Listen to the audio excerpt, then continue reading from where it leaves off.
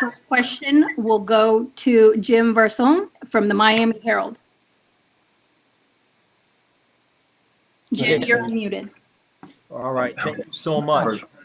I just wanted to know, first of all, just what is it like to get in here, be part of this super card, and also be there at Fight Island? This is the first big event ever at Fight Island.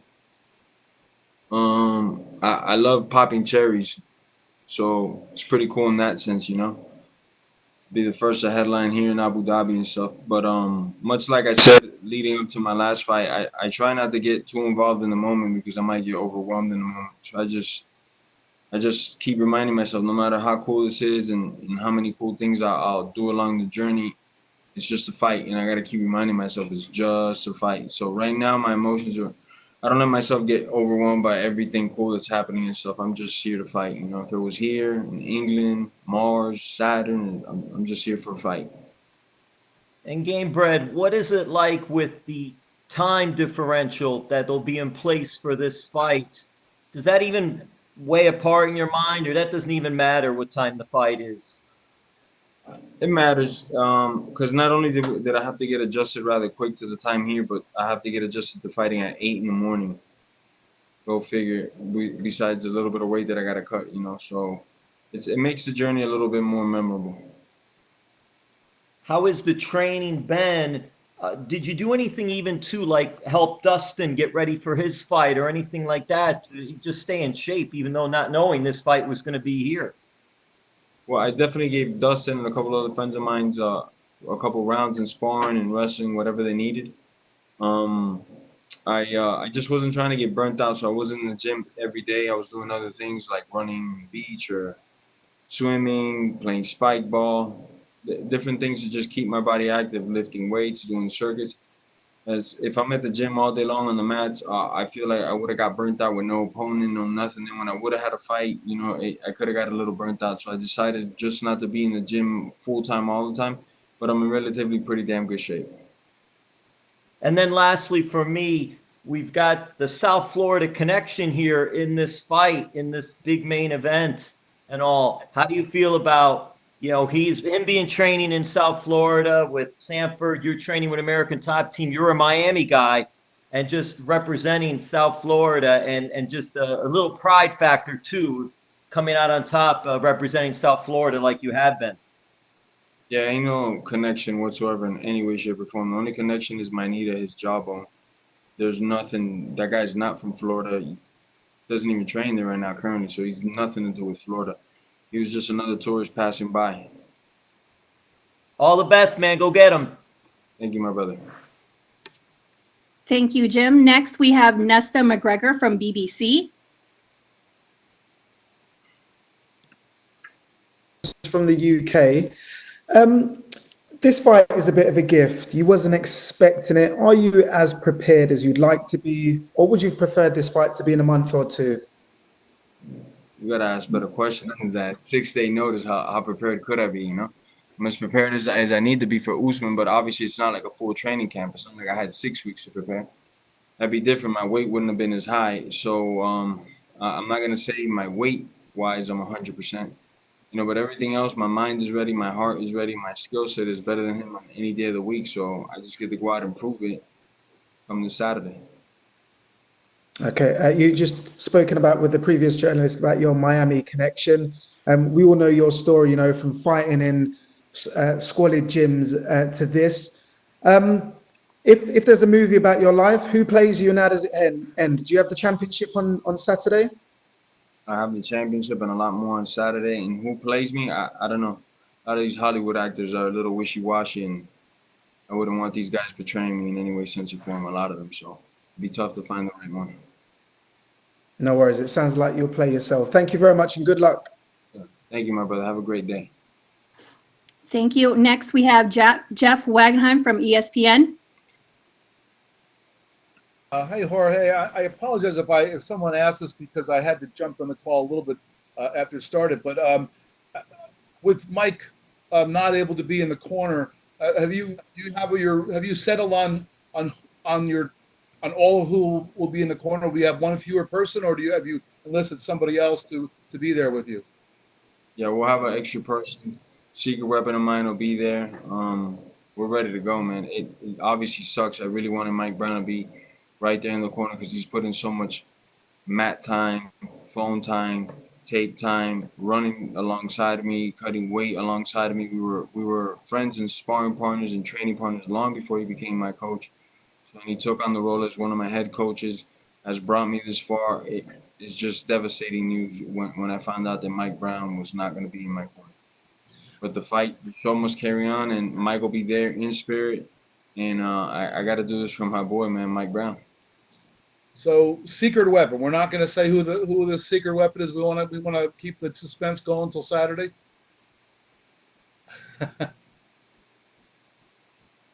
I guess so. Puta que pariu, man. No, don't speak Portuguese. They can understand you. I guess so. Safada, man. Gostoso, man, gatinho. All right. Well, was it? I mean, obviously, Mike is an important guy to be around you, as you just said.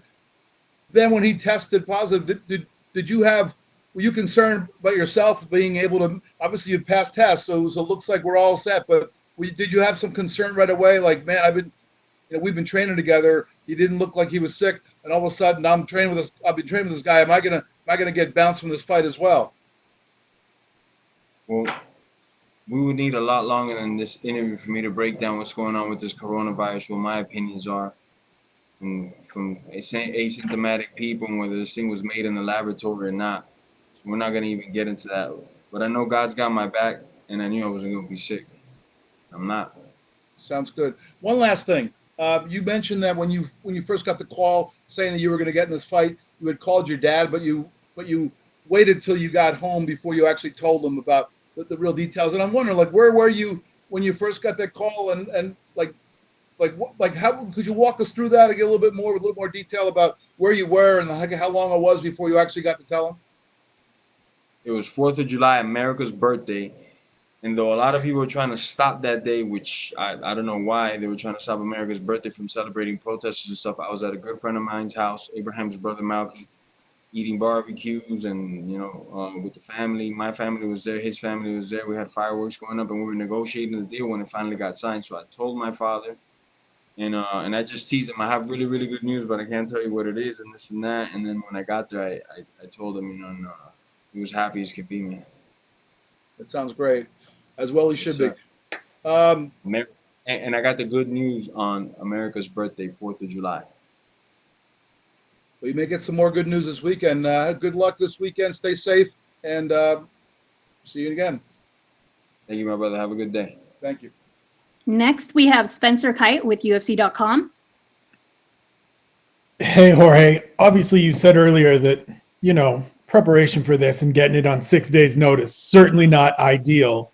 But as somebody that's been in the game as long as you have, who's been through as much as you have, what makes you uniquely prepared to take an opportunity like this and make the most of this opportunity on Saturday?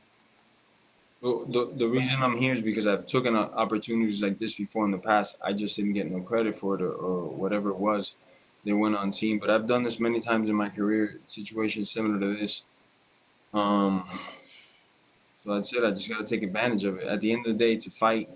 It's not a math test. It's not an SAT thing that I maybe not be the best at. It's what I love to do the most, what I've done since a child, my fascination since youth. So I just got to go out there and believe in myself and give it everything I got. And on top of it, my opponent, I don't got faith in him. I don't, there's other guys that I would have said, maybe I need more than 6 days, A lot of guys that I fought in the past that I wouldn't have took it on 6 days. Usman's like the perfect guy to take it on 6 days. What makes him the perfect guy to take it on 6 days? Well, besides him having 17 different personalities and me not knowing which was going to show up to fight, I think he's weak-minded. I gotcha. You mentioned in there doing stuff like this before and not getting credit for it at times. This last year, you've gotten a ton of credit, a ton of recognition for the year you put in. What does it mean? What has it been like for you to finally be getting some of that love, to finally be getting some of that attention and having people start to recognize and appreciate things you've been doing since long before people started paying attention last March? It's amazing.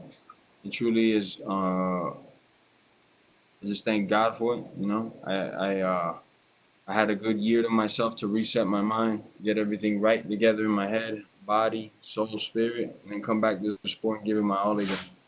It's just amazing that the world took notice this time, and it's really been a blessing. And given that, and given the journey that I know you've been on and that we've talked about in the past, what will a victory on Saturday mean to have bet on yourself this whole time, to bet on yourself here and stand triumphant in the octagon on Saturday night? Means a lot, my brother. I've been doing this 16 years professionally, like I said earlier.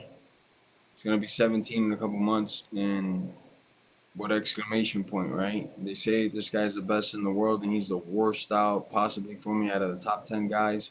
It's all these things going against me before I even get in that cage. So leaving with that belt, it's gonna be pretty cool. All right, I appreciate it, man. All the best. Good luck on Saturday night. Thank you, my brother. Thank you, Spencer. Next, we have Carlos Contreras. Hola Jorge, ¿me puedes escuchar ahí? Sí. Estábamos en Miami hace 5 meses más o menos cuando Dana dio la noticia, fue el incidente ahí con Kamaru. ¿Sientes que fue destino que de todas formas pasara lo que pasara, esta pelea iba a suceder en Fight Week con todo lo que se dio en los meses de negociación, todo? Garantizado. Yo creo que fue de más allá, de Dios Todopoderoso. Dios no le gusta cuando la gente se mete conmigo.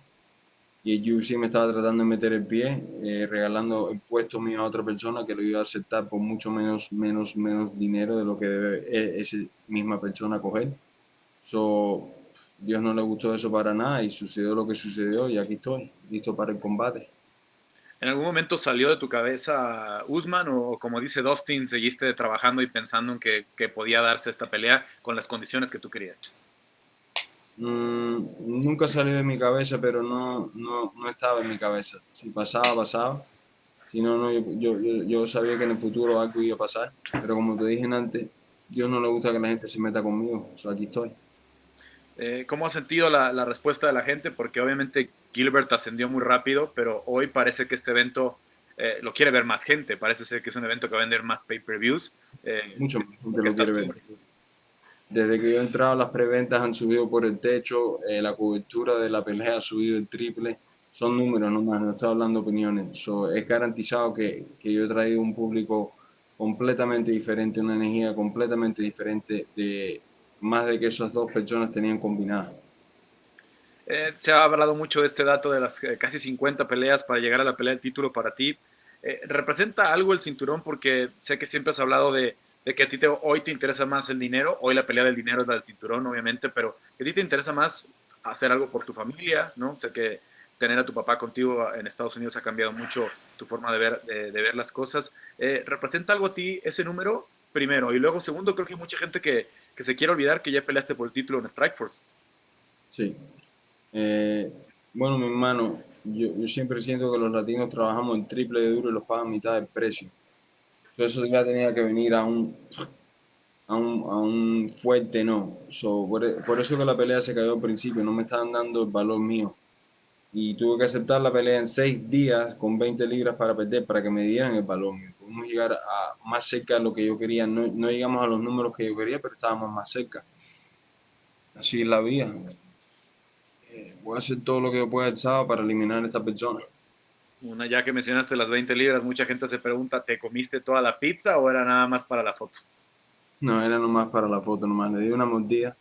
Tenía 7, 8 personas conmigo en el avión. Hay que darles de comer a estos caballos. So, paramos el avión. Tenía que probar la pizza cuando en Roma, ¿no? So, la probé, les di una mordida y ya. Y finalmente, Jorge, obviamente tienes a todo el público latino de tu lado por tu herencia cubana, por tu herencia peruana y ahora también muchos mexicanos que te siguen por la conexión latina nada más y por el tema del mezcal. Mi señor, recuerdo mezcal, no se olviden. Yo creo que muchos latinos se ponen detrás de mí porque soy un guerrero nomás, porque no me doy por vencido y tengo el espíritu de latino que todos los latinos pueden ver, sur, centro y el Caribe. Pueden ver que tengo el mismo espíritu que ellos, que no me doy por vencido, que tengo valores y principios, me gusta trabajar duro y no voy a coger no voy a tomar que nadie me diga no, dejar que ninguno de estos demonios ni diablos me aguante abajo. Yo voy a hacer lo que siempre he sido, representar por mi público latino. Muchas gracias, Jorge. Gracias, man. And next we have Damon Martin from MMA Fighting. Hey Jorge, in the lead up to this fight, you've talked openly about the last time you suffered a loss in the UFC to Wonder Boy. But when you think about the resurrection, what you've done these last couple of years, can you kind of put into words like what this last couple of years has really meant to you leading to this moment to fight for your first UFC title, to kind of cap off everything you did in 2019? It's kind of crazy when you think about the last couple of years for you. Yeah, it's been a roller coaster, man. It's been up and downs, downs and ups, and snap. Even in my downers or my highs, it's been an amazing journey. I love it. I love what I do. That's why I'm still here. So I got double the years fighting professionally than most of these guys do. And that's not an opinion. That's more of a fact. So I got more KOs than a lot of these guys have victories because I love what I do. If I didn't love what I do, the money couldn't get me in here after all these years. I love what I do, and it's the only reason I'm still here. Leading up to this fight, you obviously talked a lot about, being paid your worth, and you got your deal done, and obviously you said you got, pretty much what you wanted. But you became kind of a voice for that, for the few weeks you were really talking about that, kind of leading that charge. When this fight is over, you got a title around your waist. Do you still want to be that guy? Do you still want to lead that charge for fighter pay, things like that? Still leading the charge. I think I just set an example to lead the charge. They offered me a deal. I didn't like it. I didn't take it, God fixed it on the back end for me. They came back with a much better deal. So I'm here. If not, believe me, this is not nowhere near the same deal where they offered me before. If not, I wouldn't be here. When you So I'm leading that campaign, and whether I have the belt or not, which I am going to have the belt, but if I wasn't competing for the belt, I'd still be campaigning for it. Belt around my waist, I'm still going to be campaigning. And not just more money for me, but for all my brothers and sisters in the sport, especially when it comes to a revenue share of the pay-per-view. That's really what I'm voicing my opinion of. Absolutely. When you were fighting Ben Askren last year, you talked about the personal nature of that, some of the crazy things he had said, and how you kind of felt about that. It did become personal for you. Where is it personal with Kamaru Usman? Is it that kind of level of personal like it was with Askren? Like I said in the Askren fight before and after, it's never personal. It's always bitten it, and it's just people that I probably didn't get along too well with, But Usman, for a fact, has crossed lines, and no other competitor that I've fought have talked about. He's talked about things he's gonna do to my butthole, which I don't understand why he's talking about my butthole. He's talking about my ethnicity, whether I'm this or that. He's telling people that I'm saying I'm God. You can't find the video or a Twitter thing or nothing ever saying that I said I'm God. So this guy's just doing a lot of things that are going to cause him to get hurt in a very violent way. And if the referee trips on the way to stopping me and I get to get a couple extra punches, I wouldn't mind. The super necessary punches is what you're saying? They're going to be a little bit more than the super necessary punches. It's going to be something a little special around, I'm going to have to go into my fast forward speed and truly send this guy to another plane. And my last question, a lot of people talk about Darren Till, they talk about Ben Askren, they talk about Nate Diaz, all tremendous wins, but you fought so many guys throughout your career, Eve Edwards early in your career, Joe Lozon early in your career. I mean, you fought so many guys. Where does Usman rank in terms of like the toughness of opponent? Would you put him in that same level as some of those other guys, or do you not think he is actually as good as advertised? Nowhere near as good as advertised. And that's why I'm here. I'm going to prove it. I think he's mentally weak. And I can't blame the guy either. He's got 17 personalities. He should have had them diagnosed, and maybe each one of his personalities needs to be on Adderall or some type of substance that he doesn't have so many personalities. So it's just his mental weakness is going to come out on Saturday in an abundance. The world's going to see it, that I just took full advantage of this individual in his weak-ass ways. Thank you, Jorge. Thank you, man. Thank you, Damon. And then we are going to end off with Mojan Wu from HUPU in Shanghai. Hi, Jorge. How are you? This is Hupu Sports from China. So first of all, tremendous respect to you for taking this fight in such short notice. Many Chinese fans want to know how do you feel right now, and we have surprisingly seen your recent IG post about eating a pizza on the jet. So how do you physically and mentally prepare for this fight? physically, I had a lot of weight to go. I feel good, you know. We stopped off in Italy to get pizza, but it really wasn't for me. It was more for my team. I did take a bite of the pizza, but I didn't need a whole pizza. So my weight is not perfect yet, but I'm on the way to being perfect in a couple of hours. I feel good, man. Mentally, physically, and spiritually, I'm where I need to be at. All I need to do is just wake up and compete. Okay. So we all know you are very skillful and a thoughtful fighter, but honestly, would your coach Mike Brown's assistance would bring you any challenge for this title fight?